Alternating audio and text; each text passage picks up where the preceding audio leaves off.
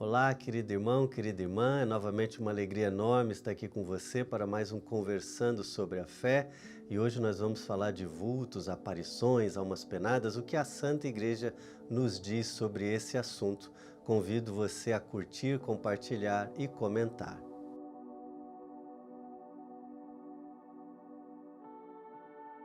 Muito bem, como vocês bem sabem, meu nome é Júlio, sou catequista, teólogo aqui na Paróquia Espírito Santo e hoje o nosso tema é controverso e difícil. Vamos falar sobre vultos, aparições, almas penadas, o que é que a Santa Igreja nos fala sobre este tema. Primeiramente, eu gostaria de ler uma passagem bíblica para vocês, para que a gente comece o nosso diálogo, comece o nosso estudo, para que vocês já entendam por quais caminhos nós vamos nos enveredar. Eu gostaria de ler para vocês o evangelista São Lucas,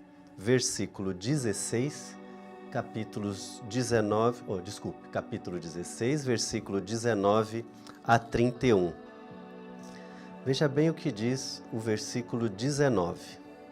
Havia um homem rico que se vestia com roupas finas e elegantes e dava festas esplêndidas todos os dias. Um pobre chamado Lázaro, cheio de feridas, ficava sentado no chão junto à porta do rico. Queria matar a fome com as sobras que caíam da mesa do rico, mas em vez disso os cães vinham lamber suas feridas. Quando o pobre morreu, os anjos o levaram para junto de Abraão. Preste bem atenção. Quando o pobre morreu, os anjos o levaram para junto de Abraão. Morreu também o rico e foi enterrado. Na região dos mortos, no início dos tormentos, o rico levantou os olhos e viu de longe Abraão com Lázaro ao seu lado. Então gritou: Pai Abraão, tem compaixão de mim. Manda Lázaro molhar a ponta do dedo para me refrescar a língua, porque sofro muito nestas chamas. Mas Abraão respondeu: Filho, lembra-te que durante a tua vida recebestes teus bens e Lázaro, por sua vez, seus males. Agora, porém, aqui ele encontra consolo e tu és atormentado. Agora preste atenção no que vem. Versículo 26. Além disso, há um grande abismo entre nós. Por mais que alguém desejasse, não poderia passar daqui para junto de vós, e nem os daí poderiam atravessar até nós. Por aí nós já vamos saber por quais caminhos nós vamos enveredar a nossa resposta. Nós vamos nos basear na Palavra de Deus, na Bíblia, e vamos nos basear também na tradição da Igreja Católica. A gente precisa ter muita discrição e distinção quando falamos de visões e aparições. Primeiramente, precisamos afastar completamente a hipótese de doenças psiquiátricas. Muitas doenças psiquiátricas têm como característica a alucinação. Depois, precisamos também afastar a possibilidade de manifestações demoníacas. Isso também pode vir a acontecer.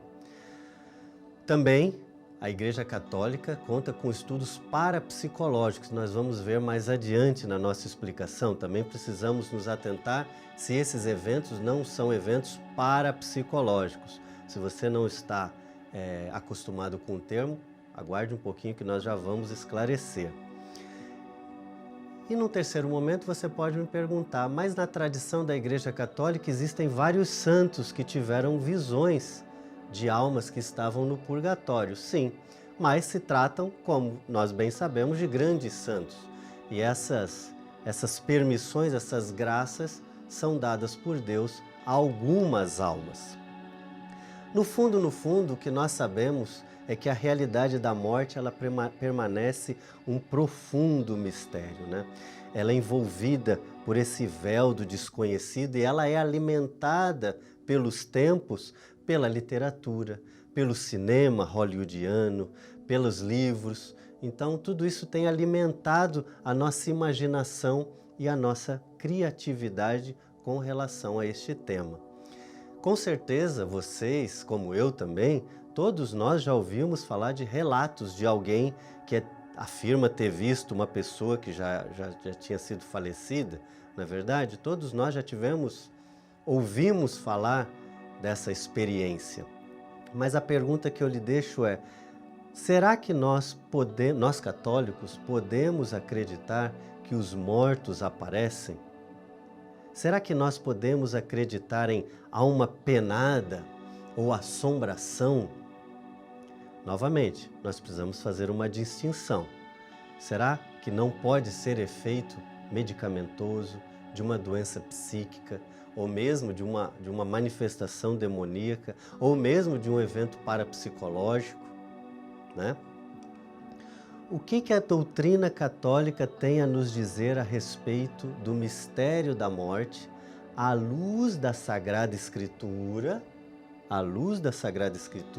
e da tradição? Novamente eu vou recorrer à palavra de Deus. Hebreus, capítulo 9, versículo 27. Veja o que diz a palavra de Deus.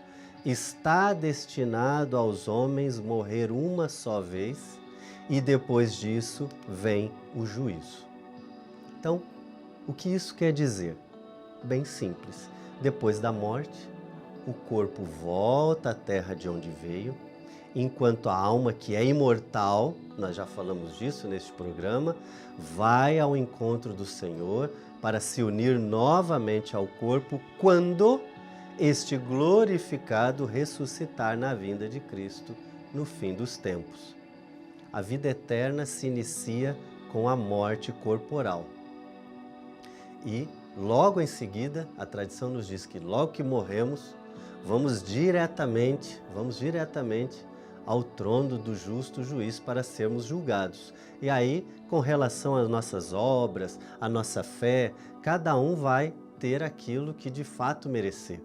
Ou vai a glória do céu, ou a adequada purificação no purgatório, ou a condenação eterna.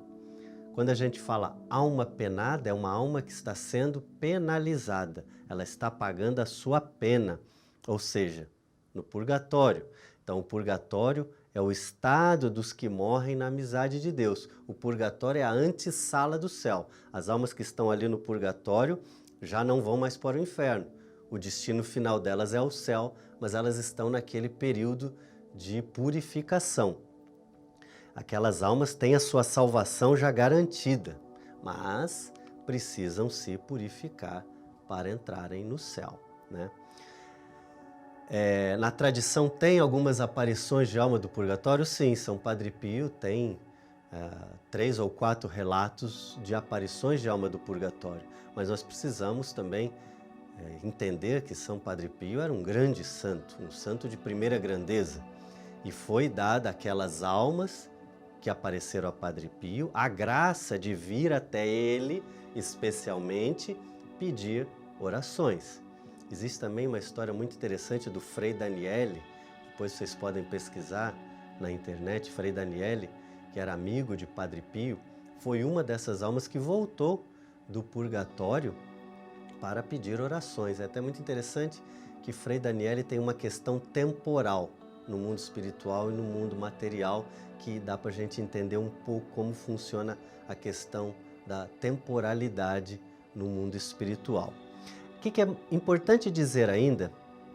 Que quando nós acabarmos a nossa vida sobre a Terra, não voltaremos a outras vidas terrenas. Muitas pessoas têm dúvidas sobre isso.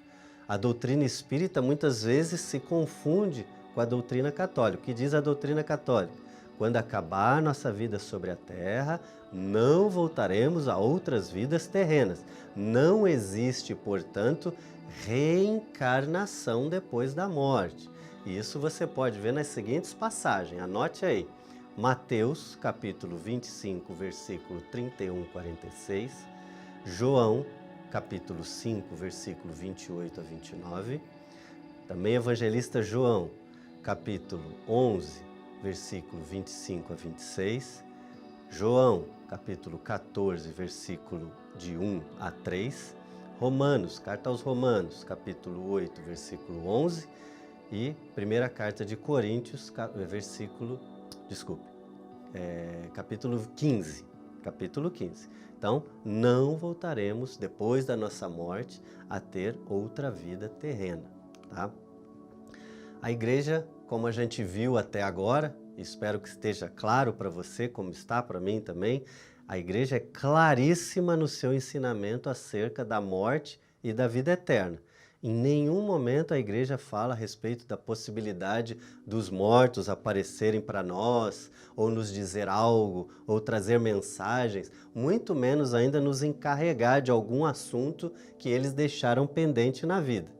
Espero que isso esteja bem claro para você. E o que eu falei das aparições de almas penadas para Padre Pio era uma graça única, dada a certas almas que apareceram um santo de primeira grandeza da Igreja Católica. Tenhamos sempre isso em mente.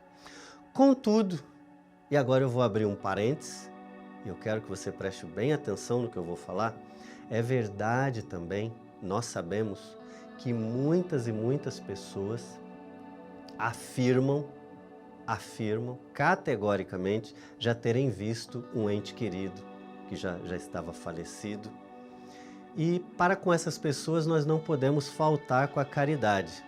A gente não pode dizer que isso não aconteceu ou que não foi assim. A gente precisa entender um pouco melhor as questões que envolvem esse tipo de fenômeno. E aí você me pergunta, muito bem, Júlio, o que acontece então? Explico. No final do século XIX, a igreja começou a constituir uma disciplina chamada parapsicologia. Tá? Parapsicologia. A parapsicologia ela é dedicada à investigação de supostos fenômenos. Veja a descrição da ciência parapsicologia. Dedicada à investigação de supostos fenômenos paranormais e psíquicos. Paranormais e psíquicos. A conclusão que os próprios parapsicólogos chegam acerca desse assunto é que, agora eu abro aspas, porque eu vou ler qual é a definição desses fenômenos paranormais dadas pelos próprios parapsicólogos. Esses fenômenos são produzidos pelo poder da mente a partir do medo ou da dor que a lembrança da pessoa falecida produz, bem como do desejo de estar na presença de quem partiu deste mundo. Essa é a própria definição que a parapsicologia dá a esses fenômenos. Então, primeiramente, atenção às doenças psiquiátricas. Muitos medicamentos e muitas doenças podem causar alucinações. Segundo ponto, muito cuidado também com as manifestações demoníacas. Muito cuidado com os cheiros, com as sensações, com aquilo que o inimigo tenta usar para lhe ludibriar. Terceiro, sempre muita atenção aos fenômenos parapsicológicos. Parapsicológicos. Algo que é paranormal e confundido, algo que é psicológico, psiquiátrico, confundido com o evento paranormal. Gostaria de lembrar novamente para vocês o que dizem os próprios parapsicólogos. Esses fenômenos são produzidos pelo poder da mente, a partir do medo ou da dor que a lembrança da pessoa falecida produz, bem como do desejo de estar na presença de quem já partiu desse mundo. Convido você a rezar pelos falecidos da sua família, a rezar pelos seus entes queridos, porque isso fará um bem muito maior a esta alma do que qualquer outra coisa que você possa buscar ou pensar em buscar. Mande celebrar santas missas pelos seus falecidos, reze bastante por eles, encomende essas almas a nosso Senhor Jesus, reze muito. Vamos parar de perder um pouco de tempo com essas coisas, com essa fumaça que às vezes nos embriaga, e vamos gastar tempo com aquilo que realmente importa. Vamos rezar, vamos pedir a Nossa Senhora que conduza essa alma diante de seu amabilíssimo Filho Jesus e que essa alma possa de fato encontrar o descanso eterno, o gozo eterno, face a face com nosso Senhor Jesus Cristo. Espero que você tenha compreendido esse tema, espero que eu tenha lhe ajudado. Convido novamente você a curtir, compartilhar e comentar. Estaremos sempre reunidos em nome de Deus, que é Pai, Filho e Espírito Santo. Amém. Fiquem todos com Deus.